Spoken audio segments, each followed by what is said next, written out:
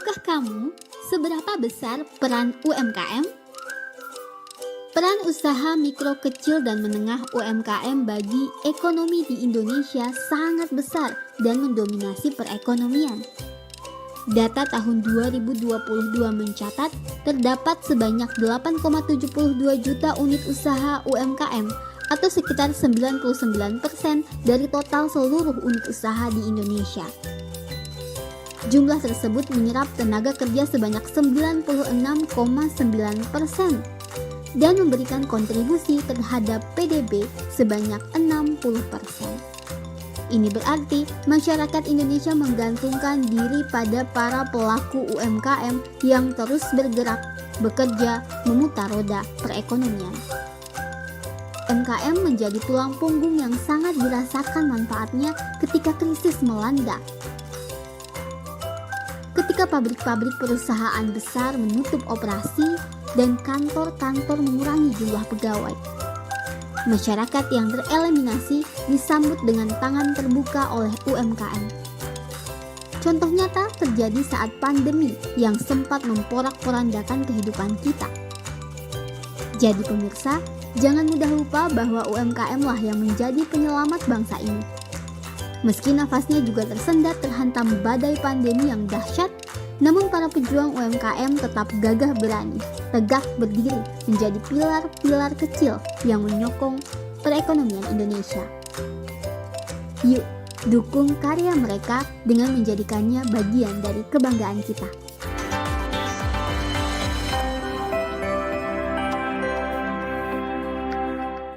Halo Sobat Digital, di daerahmu sudah ada sinyal TV digital belum? Ini cara mengetahui jangkauan siaran TV digital di daerah kamu.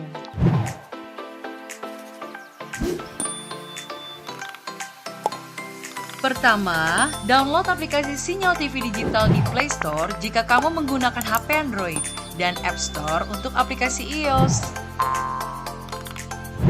Kedua, pilih aplikasi Play Store atau App Store di smartphone kamu.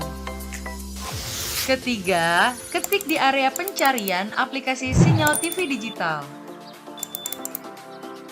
Keempat, install aplikasi Sinyal TV Digital di smartphone kamu. Kelima, buka aplikasi Sinyal TV, konten siaran digital dan kekuatan sinyal digital di daerah kamu.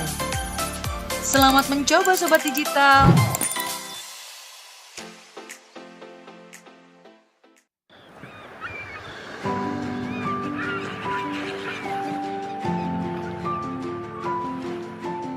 Ternate, pulau kecil dengan nama yang masyhur sejak zaman dahulu kala. Banyak hal yang menjadi warisan dari satu generasi ke generasi berikutnya, hingga melintasi masa.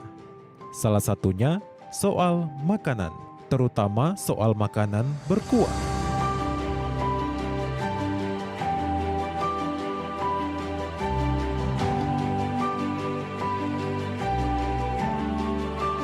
Setiap tetes kuahnya syarat dengan rempah yang tumbuh di alam sekitar.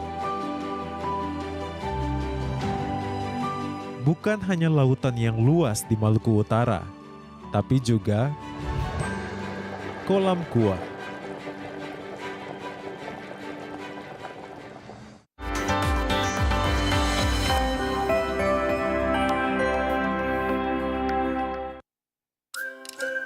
Tahukah kamu seberapa besar peran UMKM? Peran usaha mikro kecil dan menengah UMKM bagi ekonomi di Indonesia sangat besar dan mendominasi perekonomian. Data tahun 2022 mencatat terdapat sebanyak 8,72 juta unit usaha UMKM atau sekitar 99% dari total seluruh unit usaha di Indonesia. Jumlah tersebut menyerap tenaga kerja sebanyak 96,9% dan memberikan kontribusi terhadap PDB sebanyak 60%. Ini berarti masyarakat Indonesia menggantungkan diri pada para pelaku UMKM yang terus bergerak, bekerja, memutar roda perekonomian. UMKM menjadi tulang punggung yang sangat dirasakan manfaatnya ketika krisis melanda. Ketika pabrik-pabrik perusahaan besar menutup operasi dan kantor-kantor mengurangi jumlah pegawai, masyarakat yang tereliminasi disambut dengan tangan terbuka oleh UMKM. Contoh nyata terjadi saat pandemi yang sempat memporak-porandakan kehidupan kita. Jadi pemirsa, jangan mudah lupa bahwa UMKM lah yang menjadi penyelamat bangsa ini.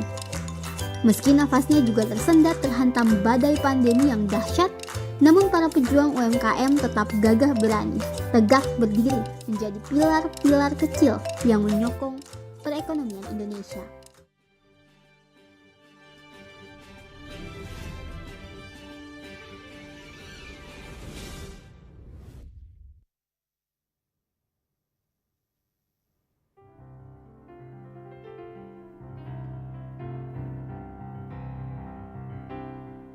Selamat sore pemirsa.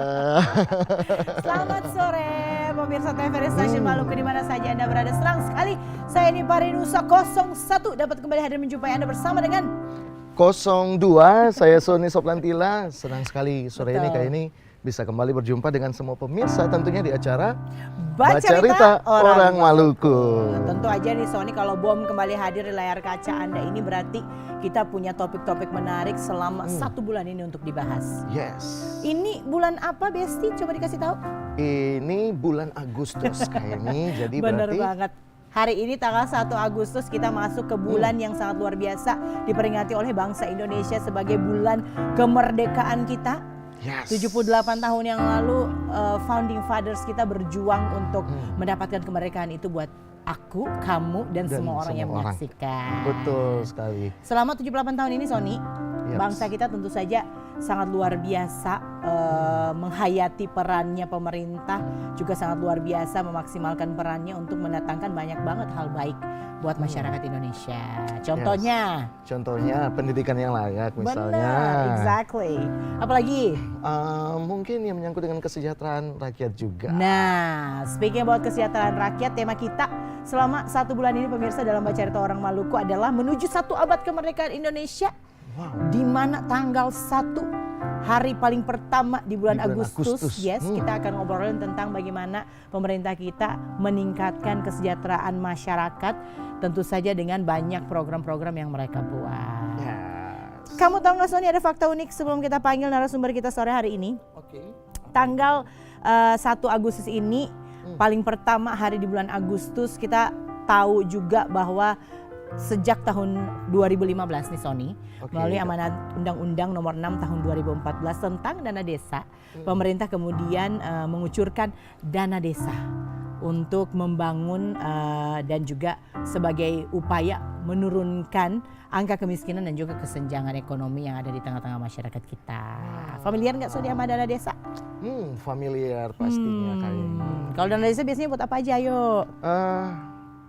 Mungkin bisa untuk perbaiki jalan kali ya, misalnya ya, kalau jalan rusak. Exactly. Nah, ternyata dana desa ini tujuannya untuk membangun infrastruktur desa sesuai dengan kearifan lokal, tentu saja pemirsa, kemudian meningkatkan nilai keagamaan, sosial budaya dengan tujuan yang paling penting adalah meningkatkan kesejahteraan masyarakat. Tapi sebelum kita undang narasumber kita di sore hari ini pemirsa, ternyata menggunakan dana desa ini juga ada aturannya Sony. Ada mekanismenya, ada kebijakannya. Kita harus menggunakannya sesuai dengan peruntukannya. Karena ternyata kalau kita lihat kasus tindak pidana korupsi ini banyak juga yang karena salah menggunakan dana desa. Betul sekali. Nggak sesuai nama mekanismenya.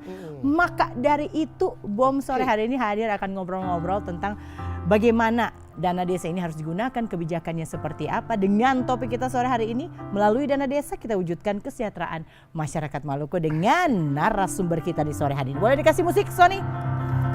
Kami persilakan untuk bergabung bersama dengan studio narasumber saya yang pertama dan kedua, Bapak Teddy Suhartadi Permadi. Beliau adalah Kepala Kantor Wilayah Direktorat Jenderal Perbendaharaan Provinsi Maluku, dan Bapak Bagong Iswanto, Kepala Kantor. Salah satunya adalah meningkatkan kesejahteraan. Kalau ngomong kesejahteraan tadi udah di intro Pak Teddy sama Pak Is, kita ngomongin dana desa sore hari ini. Kebetulan ada bapak-bapak yang sangat luar biasa. Hari ini kita akan ngobrol tentang kebijakan dan juga mekanisme ya Pak Teddy dan juga Pak Is penggunaan dana desa, karena jangan sampai disalahgunakan. Sebelum kita masuk, apa kabar bapak-bapak? Alhamdulillah baik. Pak Teddy jangan tegang, Pak Is jangan tegang, santai aja karena kita obrolannya santai.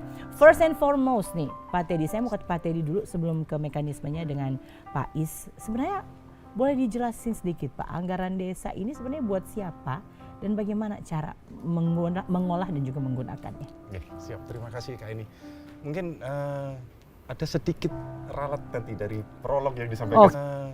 Ada sedikit ralat nanti dari prolog yang disampaikan Oke, sama boleh. Nah, ini Jadi, penting banget nih. Karena temanya sangat menarik ya, berkaitan dengan kemerdekaan kita ya. Mungkin ketika kita ngomong masalah pembangunan atau masalah dana desa, mungkin saya agak cerita sedikit. Tadi Kak ini sudah menyinggung tentang kemerdekaan. Betul. Kemudian kita sekarang dari hasil perjuangan para pahlawan kita sekarang yang akan bertugas untuk mengisi. Benar. Gitu kan.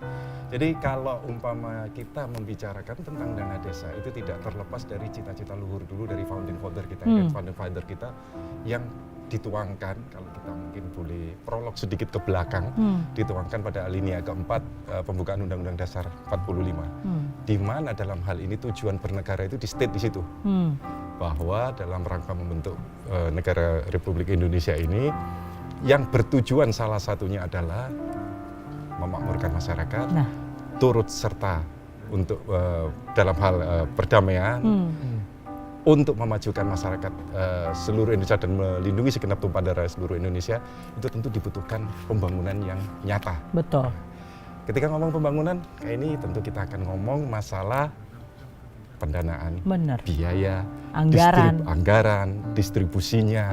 Nah, itulah hal-hal yang diatur nanti kita ketika bercerita ke belakang tentang apa itu dana desa. Pada pembukaan tadi itu sudah disebutkan bahwa tentang tujuan bernegara Republik Indonesia. Pada batang tubuh Undang-Undang Dasar 45 pada pasal 18, bentuk negara kita itu kan sebenarnya juga sudah di state ya, bahwa bentuk negara kita itu terbagi menjadi provinsi, yang di dalamnya juga ada kota, yang di dalam kota dan kabupaten yang mempunyai kewenangan yang diatur nanti dengan undang-undang.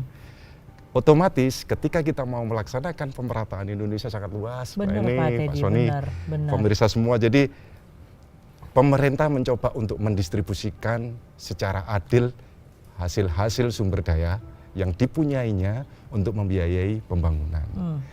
Kemudian dari bentuk struktur wilayah yang ada tadi itu, tentunya di pasal 18A itu juga secara nggak langsung akhirnya ketika ada hubungan pemerintah pusat dengan daerah, akhirnya mau nggak mau akan muncul keterikatan antara keuangan dan kewenangan antara pemerintah pusat sebagai yang tadinya mempunyai cita-cita untuk menyejahterakan seluruh masyarakat dengan pemerintah daerah.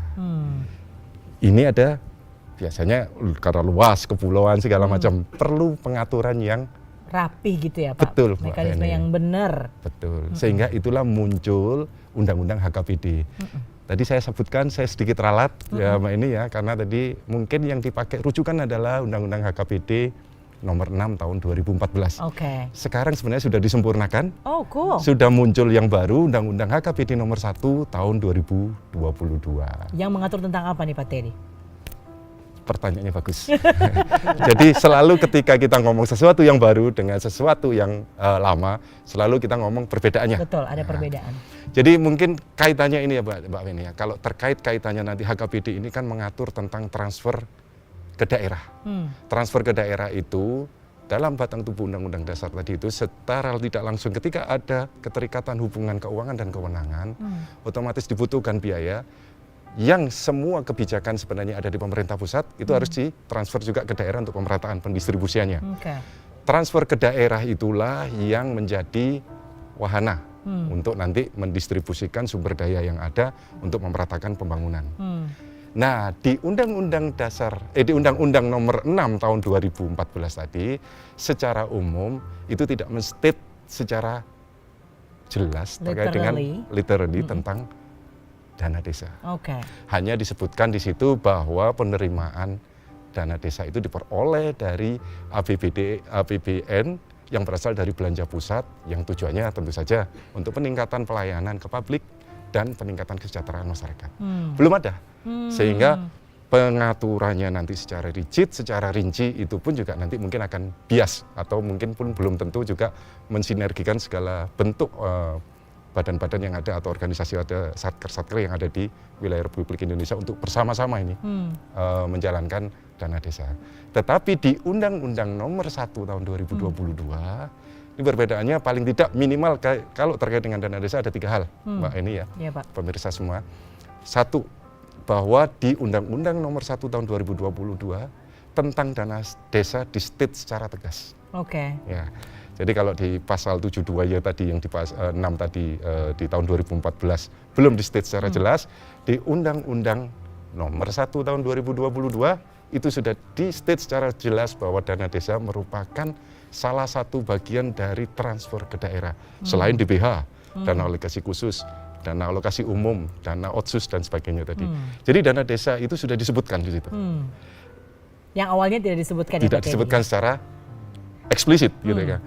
Impact-nya apa, Mbak Eni? Mungkin pertanyaan lanjutannya kan seperti itu ya. Betul, Sehingga impact-nya adalah ada kepastian bahwa dana desa itu akan dialokasikan di APBN atau alokasi penerimaan dan belanja negara setiap tahunnya.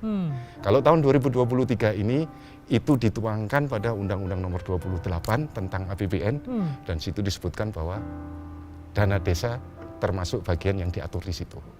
Jadi sudah ada kepastian dana desa akan digelontorkan tiap tahunnya untuk pembiayaan pembangunan dan secara jelas nanti itu pun juga akan nanti jadi rujukan untuk pengaturannya lebih lanjut. Dan itu diolah oleh masyarakat yang ada di desa ya, oleh aparatur yang ada di desa. Sepenuhnya. Ya.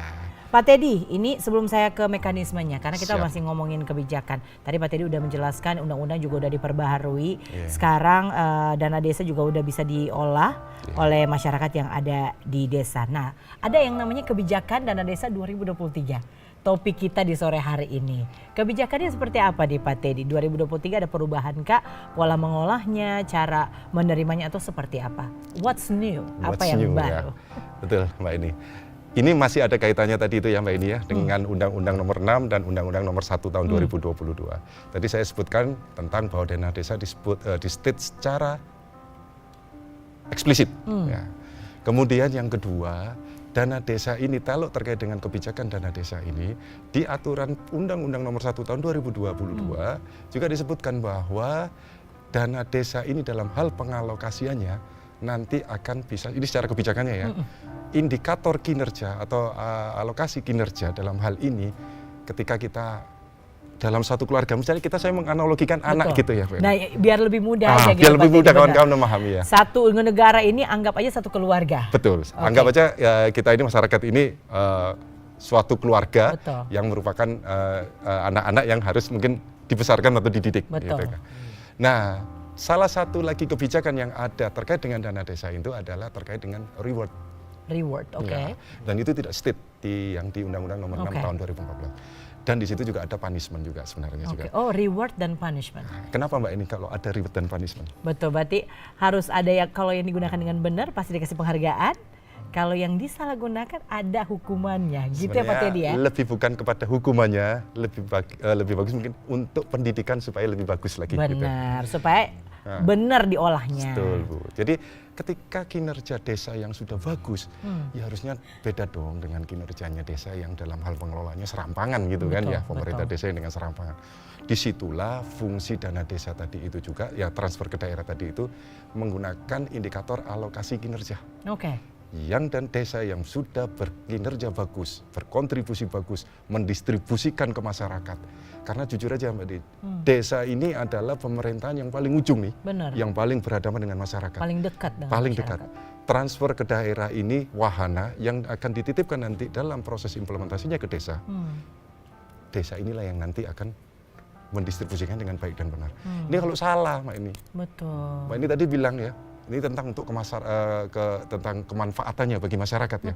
Ketika ini nanti tidak bermanfaat atau tidak tersampaikan sehingga tidak bermanfaat pada masyarakat, ya kita harus panis dong. Betul Pak. Sebagai tadi itu ya pendidikan untuk supaya kita lebih benar gitu dalam hal ke depan. Nah, dalam hal kinerja yang sudah bagus, ya otomatis kita akan memberikan reward. Kemudian yang ketiga tadi saya sampaikan Mbak ini bahwa dana desa yang sekarang diatur dalam Undang-Undang Nomor 1 itu mengatur juga terkait dengan masih ada. Kita seperti negara. Tadi saya sampaikan bahwa kita mendistribusikannya secara berjenjang mulai dari negara pemerintah pusat, Pemprov, Pemkot, Pemkap, ke desa. Alurnya jelas. Alurnya jelas, ya kan. Alur inilah yang kelihatannya agak panjang ya, Pak, ini ya. Kelihatannya agak panjang. Berkaitan dengan hal itu, tentu saja ketika bernegara kita ada sesuatu yang diatur oleh pusat. Pusat juga punya semacam, jadi kayak gini, Mbak. Kalau saya menganalogikan lagi nih, ya, biar gampang lagi ya. Biar gampang dipahami. Ya, biar Pak gampang Teddy, ya. benar. Kalau saya terinspirasi dengan Mas Sony nih tadi, karena bermain musik. Kadang-kadang kalau kita melibatkan banyak pemusik, butuh dirijen, Betul. mengorkestrasi supaya bisa menghasilkan irama yang bagus. Benar. Ya. Nah, dalam hal ini kaitannya, kenapa saya menganalogikannya dengan mengambil orkestrasi tadi itu, Mbak Eni, ketika dalam hal pembangunan, lead-nya adalah pemerintah pusat. Tentu saja mempunyai kebijakan-kebijakan yang harus melingkupi semua yang ada di wilayah seluruh Indonesia. Betul. Dan kebijakan ini harus terstruktur dan tersampaikan sampai ke bawah ini. Betul. Alurnya. Nah, kalau kebebasannya nanti sama kebebasan diberikan ke nada desa tanpa ada aturan yang jelas, masing-masing nanti Mas. Betul. Ada yang pianonya kecil, ada yang Betul. gede, ya semua ada yang nyanyinya teriak-teriak gitu. Ada istilahnya Pak Teddy. Apa? Kalau kata orang Maluku racikuah. Racikuah. Racikuah, siap. Kalau nggak diatur nanti ada lagi yang pakai resep sembarangan, diatur ikut suka dia kan. Nah, otomatis ketika ada program nasional yang itu menjadi program nasional yang harus tersampaikan ke seluruh, dan ini bisa mungkin tanda kutip bisa terstandarisasi semuanya kepada daerah. Dari pengaturan di Undang-Undang Nomor 1 terkait dengan transfer ke daerah dan terkait dengan dana desa, ada fleksibilitas pengaturan yang dilakukan oleh pemerintah pusat. Jadi tidak akhirnya semuanya nanti dimulaikan dana desa, ini dana desa terserah ente deh untuk menjalankan. Wah, nanti udah kemana-mana ini nanti. Betul. Apalagi kalau ada belanja ke Shopee, belanja kemana, Betul. ada itu. Ke Shopee. Larinya ke situ betul, ya. Kalau bahaya juga betul. Kalau disalahgunakan juga ini bisa menjadi bumerang Ya, juga buat ya. kepala desanya dan juga perangkat desanya. ini. Tadi udah dijelasin sama Pak Teddy banyak banget ya, analoginya seperti keluarga, seperti orkestra musik. Sekarang kita mau spesifik lagi nih Pak Teddy ke mekanismenya. Sekarang mungkin saya mau ke Pak Is dulu nih. Karena Pak Is juga Kepala Kantor Pelayanan Perbendaharaan Negara Ambon. Lebih kecil lagi ruang lingkupnya. Banyak desa di Ambon juga yang menikmati ternyata dana desa dan sukses juga dalam menggarapnya. Boleh ceritakan sedikit Pak Is, mekanisme penggunaan dana desa ini seperti apa? Ya, makasih Bu Eni. Selamat sore para pemirsa TVRI yang berbahagia. Tadi sudah disampaikan oleh Pak Kanwil panjang lebar terkait dengan kebijakan.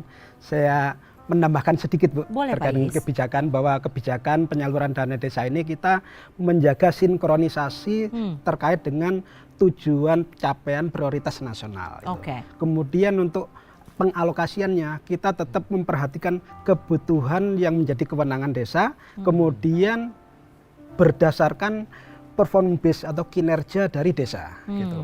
Maka pengalokasiannya kita berupaya seadil mungkin untuk desa Bu gitu. What do you mean adil Pak Is? Ya, Karena di sini persepsi adil betul. itu kan beda-beda ya Pak. Jadi adil dalam artian yang pertama kita perhatikan juga ada jumlah penduduk, jumlah penduduk miskin, ada luas wilayah, ada kesulitan geografis gitu ya. Maka pengalokasian dana desa ini kita kelompokkan ada 4 komponen di dalamnya Bu. Ada alokasi dasar, ada alokasi formula, ada alokasi afirmasi, dan alokasi kinerja tadi yang disampaikan oleh Pak Kanwil. Jadi alokasi dasar ini sesuai dengan kriteria jumlah penduduk. Yang jumlah penduduknya semakin banyak akan dialokasikan semakin banyak. Lebih gitu. banyak. Proporsi alokasi dasar ini 65%. Gitu. Oke. Di sini penduduk yang 1 sampai 100 kita berikan alokasi 400 juta, kemudian yang di atas 10 juta, 10.000 penduduk 10.000. akan kita alokasikan 780 juta untuk alokasi dasar. Kemudian ada alokasi formula, itu proporsinya 30% Bu. Nah, alokasi formula ini yang tadi kita memperhatikan di situ ada jumlah penduduk, luas wilayah, kemudian jumlah penduduk miskin, kemudian ada tingkat kesulitan geografisnya gitu. Nah, itu yang kita memperhatikan proporsi dari masing-masing desa. Kemudian ada alokasi afirmasi. Nah, afirmasi ini untuk desa tertinggal dan sangat tertinggal serta desa yang terluar 3T gitu ya. Nah, di sini proporsinya 1% di sini untuk alokasi afirmasi desa tertinggal kita berikan 105 juta. Kemudian desa sangat tertinggal kita alokasikan 158 juta Bu. Gitu. Kemudian yang terakhir ada alokasi kinerja tadi yang disampaikan oleh Pak Kanwil.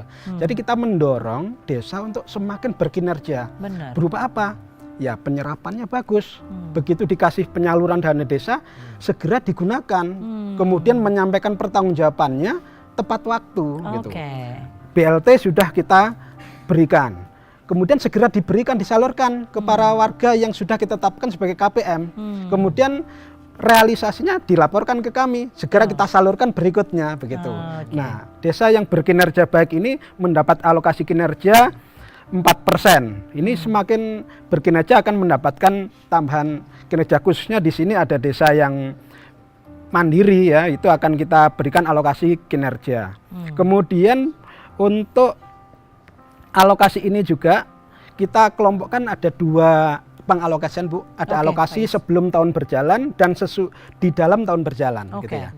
Nah, alokasi yang sebelum tahun berjalan tadi itu meliputi alokasi dasar, alokasi afirmasi, formula, dan alokasi kinerja. Kemudian nanti di bulan Agustus atau September ini ada namanya tambahan dana desa. Nah, itu juga didasari atas kinerja desa, Bu. Ya, itu nanti ada alokasi tambahan di sekitar melalui ketetapan Menteri Keuangan ya mudah-mudahan di bulan Agustus ini atau September besok sudah turun untuk alokasi tambahan tahun 2023. Begitu. Kalau kinerjanya bagus. Iya, betul. Ya kan, gitu. Pak Is?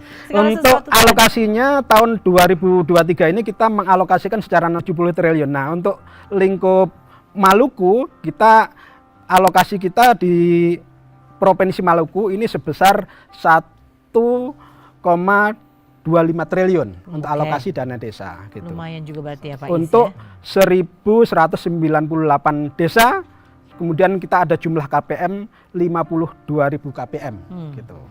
Itu untuk kebijakan yang saya tambahkan tadi, Bu. Nah, kemudian yang perlu saya sampaikan juga ke para pemirsa, mulai tahun 2020 ada perubahan mekanisme.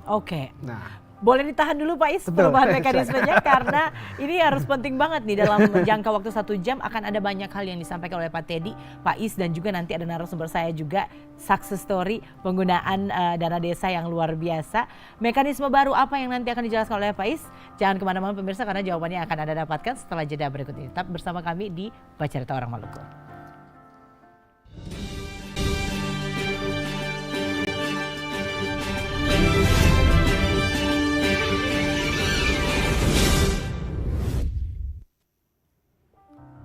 Welcome back di Baca Cerita Orang Maluku. Hari Selasa, hujan-hujan, mendung-mendung. Topik kita menghangatkan ya Sony ya.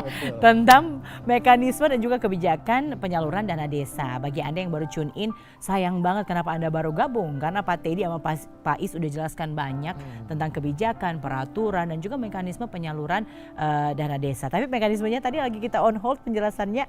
Pak Is belum menjelaskan juga ada beberapa hal yang harus ditambahkan tentang mekanisme penyaluran dana desa. Tapi sebelumnya izin Pak Teddy sama Pak Is, boleh saya undang dulu salah satu narasumber saya yang paling cantik? Karena sejauh ini yang paling cantik saya doang di studio.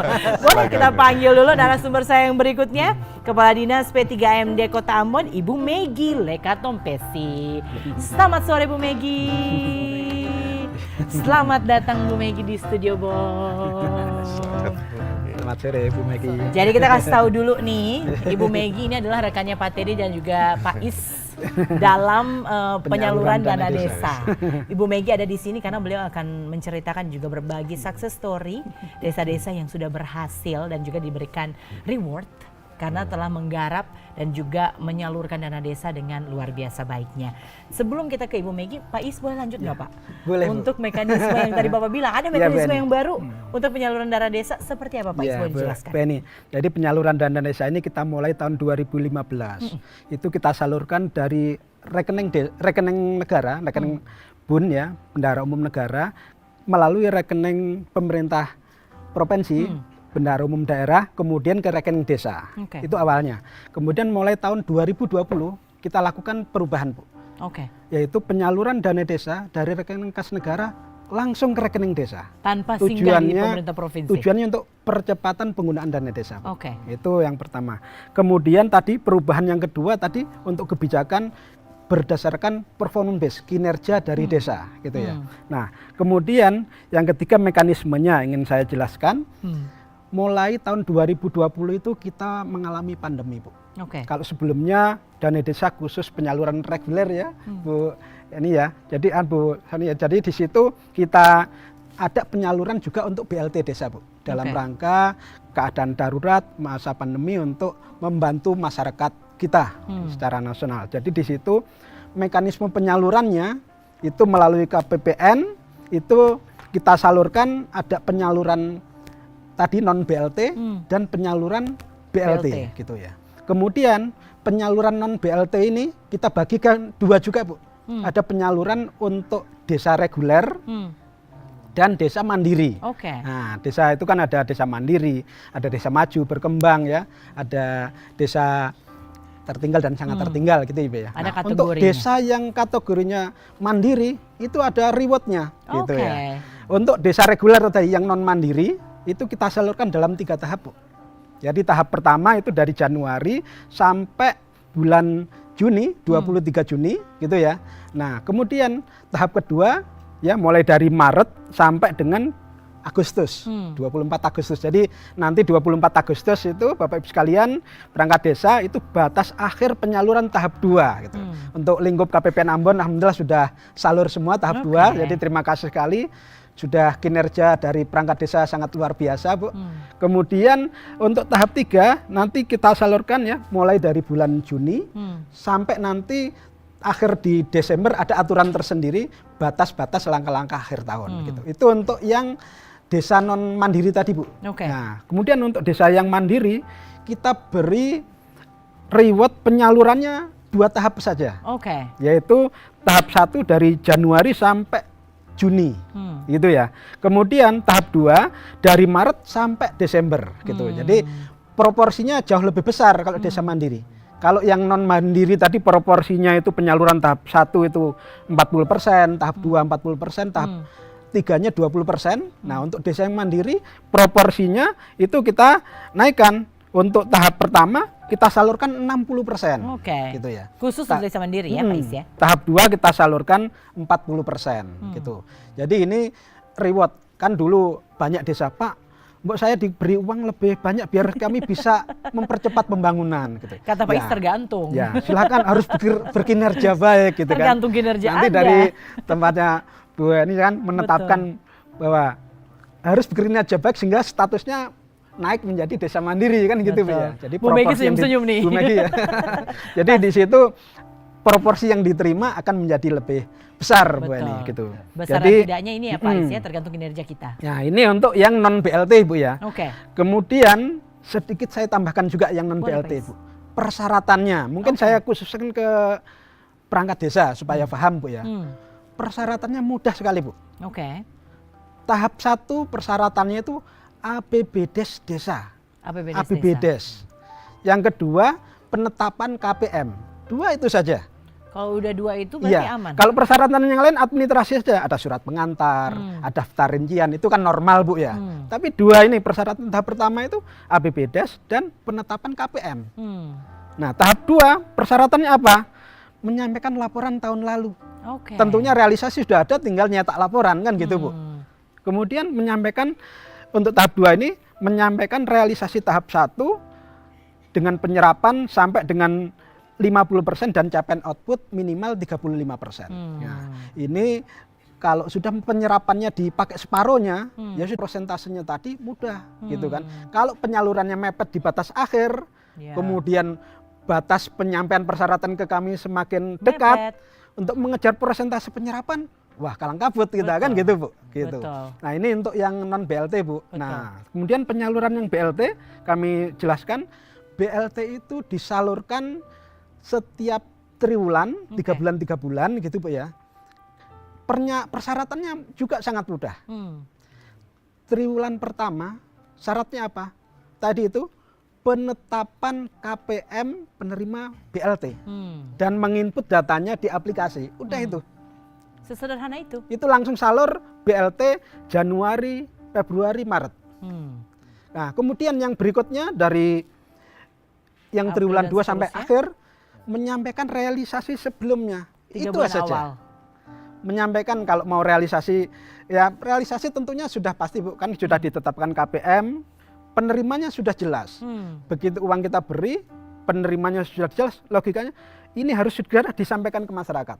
Kemudian tanda terima masyarakat ada, dilaporkan ke DPMD, kemudian ke kami salurkan triwulan berikutnya. Oh, semudah Triwulan itu. berikutnya juga sama persyaratannya, realisasi sebelumnya itu aja. Oke. Nah, ini yang masyarakat umum ya sudah tahu sekarang. Baik. Persyaratan BLT itu mudah sekali. Baik. Sekarang kita mau ke Ibu Megi nih Pak Is. Karena Ibu Megi Kepala Dinas Pemberdayaan Perempuan, Perlindungan Anak dan Masyarakat Desa Kota Ambon. Di Kota Ambon juga ada banyak desa yang menikmati juga aliran dana desa. Mungkin success story Bu Megi, desa-desa yang berhasil, manfaatnya seperti apa, boleh diceritakan juga sore hari ini buat masyarakat yang sedang menyaksikan. Ya, terima kasih Ibu Eni. Mungkin pertama yang mau ditegaskan bahwa penggunaan dana desa itu ada aturannya. Share. Jadi tidak mungkin sesukanya karena mungkin sebagian masyarakat berpendapat dana desa dapatnya banyak begitu. Kenapa tidak digunakan untuk A, B, C dan seterusnya. Jadi seperti tadi sudah disampaikan bahwa ada aturan yang melandasi ketika penggunaan dana desa itu seperti apa di desa dan negeri. Jadi mungkin menceritakan sedikit di awal bahwa untuk sampai kepada penggunaan dana desa itu lewat proses musyawarah salah satunya itu. Jadi ada musyawarah yang dilakukan di tingkat desa sampai menetapkan kegiatan-kegiatan apa yang akan dilakukan, tentu saja dengan disandingkan dengan peraturan perundangan misalnya dari Permendes yang dikeluarkan setiap tahunnya. Jadi setiap tahun mengawali tahun anggaran untuk penggunaan dana desa ada Permendes yang digunakan, yang dikeluarkan, demikian juga ada PMK-nya dari keuangan. Itu yang akan menjadi landasan.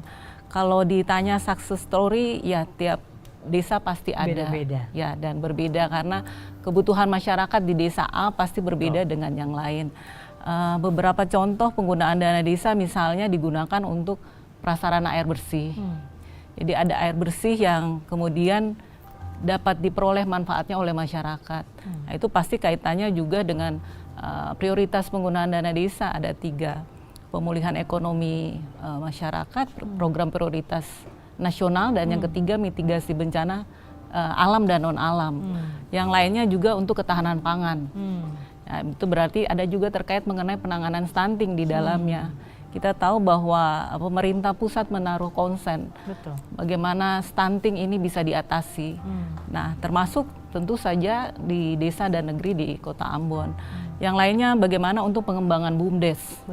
Karena desa diharapkan tidak bergantung kepada hanya dana desa atau alokasi dana desa, tapi bisa mandiri dengan pendapatan asli desa yang salah satunya bisa didapatkan dari pengelolaan BUMDes, maka diharapkan yang tadi ketergantungan desa terhadap dana transfer dari pusat ataupun dari daerah itu semakin berkurang. Yang lain sebenarnya ada misalnya jalan tani. Jadi ada produk-produk ju. Nah, seperti tadi dijelaskan bahwa untuk penyaluran dana desa untuk desa mandiri dibagi 2 tahap. Nah, untuk 2 tahap dari 15 desa mandiri 100%. Tahap 1 dan tahap kedua seluruhnya sudah disalurkan. Nah, untuk desa maju dengan reguler itu 3 tahap. Tahap pertama, kedua, dan ketiga. Nah, untuk tahap 1 dan pertama dan kedua sudah juga disalurkan untuk 15 desa maju di Kota Ambon, masih tersisa 1 tahap lagi, tahap ketiga. Nah, untuk BLT kami sudah sampai ke transferan ketiga. Jadi Januari, Februari, Maret selesai tahap pertama, April, Mei, Juni juga selesai, Juli, Agustus, September sudah juga disalurkan.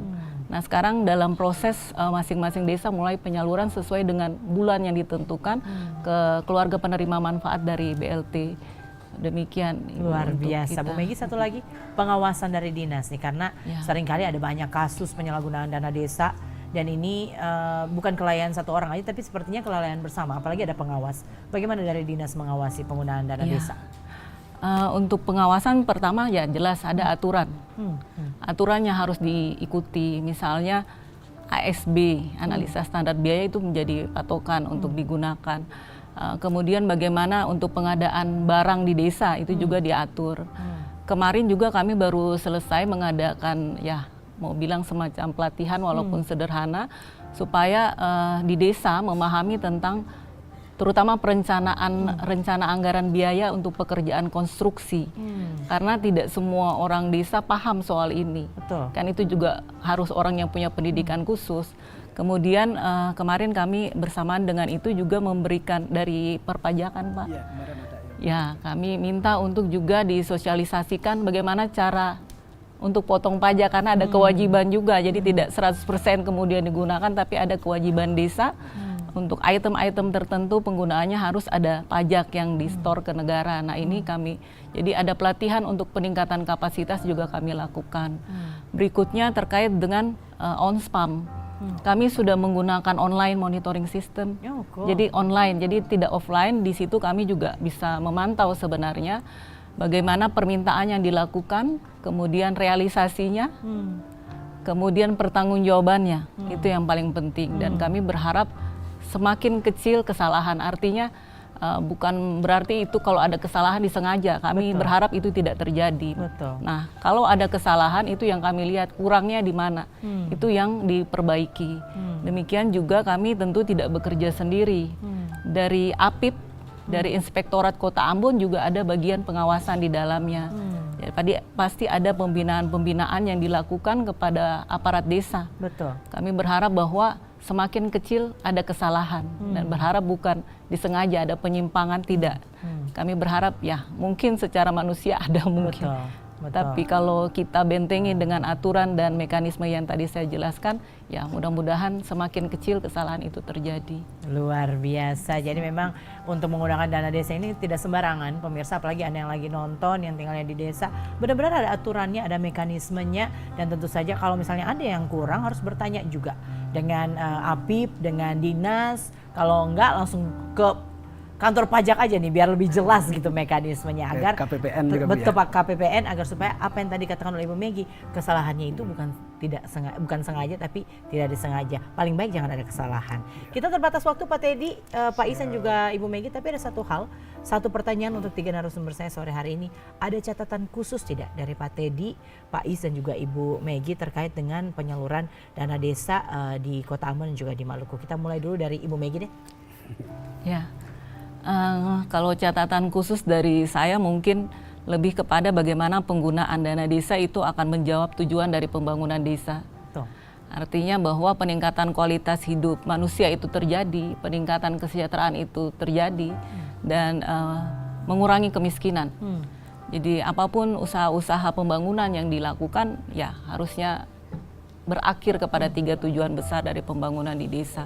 Dan dana desa ini kiranya juga dapat digunakan dan bermanfaat dalam arti desa dengan seluruh kapasitas yang ada dan juga mempedomani peraturan perundangan, dan yang paling penting adalah bukan apa yang diinginkan, tetapi apa yang dibutuhkan masyarakat itu yang kemudian dituangkan dalam APBDes dan dilaksanakan, dan terakhir ya dipertanggungjawabkan sebagaimana seharusnya, karena ini uang negara yang memang harus dipertanggungjawabkan.